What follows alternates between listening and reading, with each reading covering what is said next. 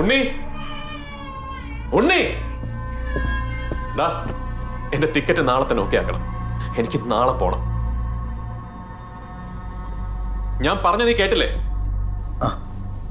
അങ്ങനെ ചെയ്യാം. അല്ല മോനെ, നീ നാളെ തന്നെ പോവാന്ന് പറയുമ്പോ കുഞ്ഞിന്റെ കാര്യം എങ്ങനാ? നീ എന്തെങ്കിലും മനസ്സിൽ കണ്ടിട്ടുണ്ടോ? ഇല്ല, ഞാനൊന്നും കണ്ടിട്ടില്ല. നിങ്ങൾക്കൊക്കെ ആയിരുന്നല്ലോ പ്രസവിപ്പിക്കാനും വളർത്താനും ഒക്കെ ധൃതി. അപ്പൊ നിങ്ങളൊക്കെ കൂടി അങ്ങ് തീരുമാനിച്ചാ മതി.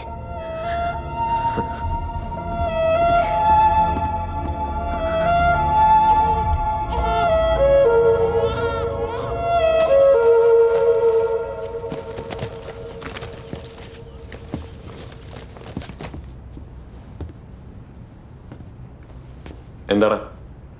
അത് ഒന്നുമില്ല ചായ. എന്താ ശ്വേത, എന്താ കാര്യം? അത്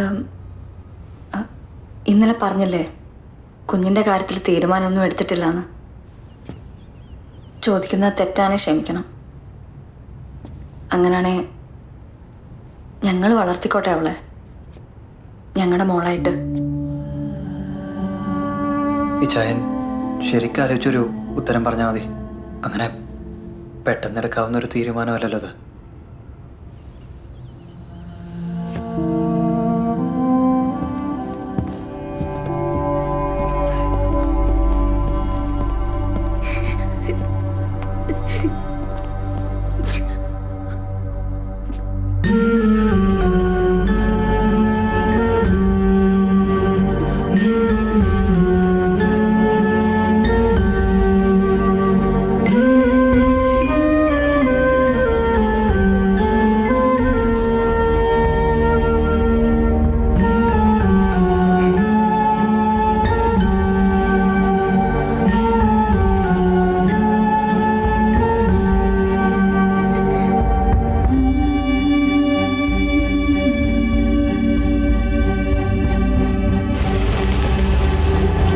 അവളെ അവർക്ക് കൊടുക്കാൻ എനിക്കങ്ങനെ ഏറെയൊന്നും ആലോചിക്കാനില്ലായിരുന്നു.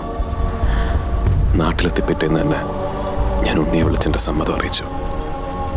അന്നത്തെ എൻ്റെ മാനസികാവസ്ഥയിൽ എമ്മിയുടെ ജീവനെടുത്ത് വന്ന ക്ഷണിക്കപ്പെടാത്തൊരു അതിഥിയായിരുന്നു എനിക്ക് ആ കുഞ്ഞ്. പക്ഷെ ഇന്ന് ചെയ്തു പോയ വലിയ തെറ്റിനെ ഓർത്ത് ഞാൻ എന്നോട് തന്നെ ഓരോ ദിവസവും കുമ്പസരിക്കുക. സറിയക്ക് ഉള്ളിൽ ആ കുറ്റബോധം ഉള്ളതുകൊണ്ടായിരിക്കാം എൻ്റെ കുഞ്ഞിനെന്താ സംഭവിച്ചെന്ന് പോലും എനിക്കിവിടെ ആരോടും ധൈര്യമായിട്ട് ചോദിക്കാൻ കഴിയുന്നില്ല. പക്ഷെ എനിക്കറിയണം അവൾ ജീവനോടുണ്ടോ ഇല്ലയോ എന്നെങ്കിലും.